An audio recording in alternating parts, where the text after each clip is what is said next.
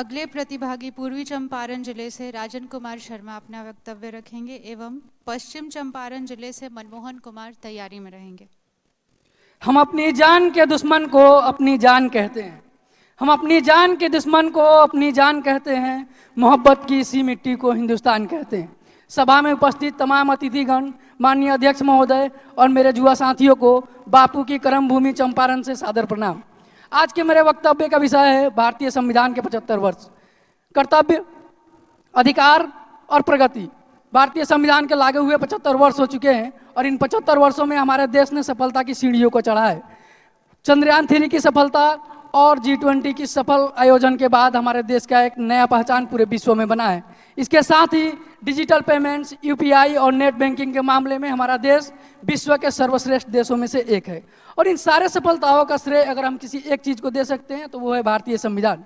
भारतीय संविधान में लिखित मौलिक अधिकार भारत के हर नागरिक को समानता का अधिकार देते हैं और ये समानता का अधिकार ही है जिसके बदौलत हम आज ये बेफिक्र कह सकते हैं कि राजा का बेटा राजा नहीं बनेगा, राजा वो बनेगा जिसके काबिल होगा, जो उसके काबिल होगा।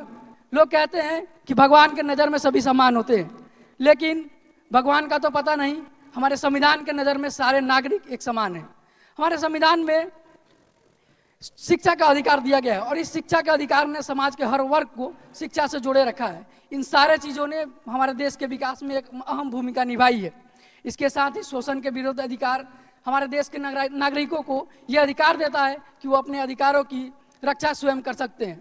हमारे देश के सुदूर गांव में रहने वाले व्यक्ति को भी ये आश्वासन रहता है, ये विश्वास रहता है कि अगर उसके अधिकारों का हनन किया जाएगा तो वो हाई कोर्ट और सुप्रीम कोर्ट के दरवाजे खटखटा सकते हैं। हमारे संविधान में अधिकारों के साथ साथ में कर्तव्यों का भी जिक्र किया गया है। कर्तव्यों से संबंधित भोजपुरी में एक कहावत कही जाती है कि पहले करी त खाई। इसके साथ ही अंग्रेजी का भी एक फ्रेज है कि with great power comes great responsibility, अर्थात महान ताकत के साथ में हमें महान जिम्मेवारियाँ भी मिलती है। संविधान ने भी हमें बहुत सारी जिम्मेवारियाँ दी है। संविधान ने हमें जिम्मेवारी दी है राष्ट्रगान और राष्ट्रीय ध्वज के सम्मान करने की, राष्ट्र में एकता और अखंडता को बनाए रखने की तथा राष्ट्र में वैज्ञानिक चेतना के विकास करने की। और भारत का एक सजग नागरिक होने के नाते हम सबका यह कर्तव्य बनता है कि हम अपने अधिकारों का तो रक्षा करें ही और उसके साथ साथ में अपने कर्तव्यों का निर्वहन पूरी ईमानदारी और निष्ठा के साथ में करें। और ये बात सिर्फ नागरिकों के लिए नहीं बल्कि हमारे सरकार और व्यवस्थाओं के लिए भी लागू होती है। अंत में मैं अपने तिरंगे के प्रेम में 2 लाइनों के साथ में अपने वक्तव्य को समाप्त करना चाहूँगा कि हम उस देश के वासी हैं जहाँ रोज ही दंगा रहता है, जहाँ रोज रोज अखबारों में स्कैमों का पंगा रहता है, जहाँ आम आदमी सड़कों पे आधा सा नंगा रहता है।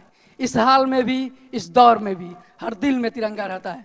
जय हिंद, जय बिहार, जय संविधान।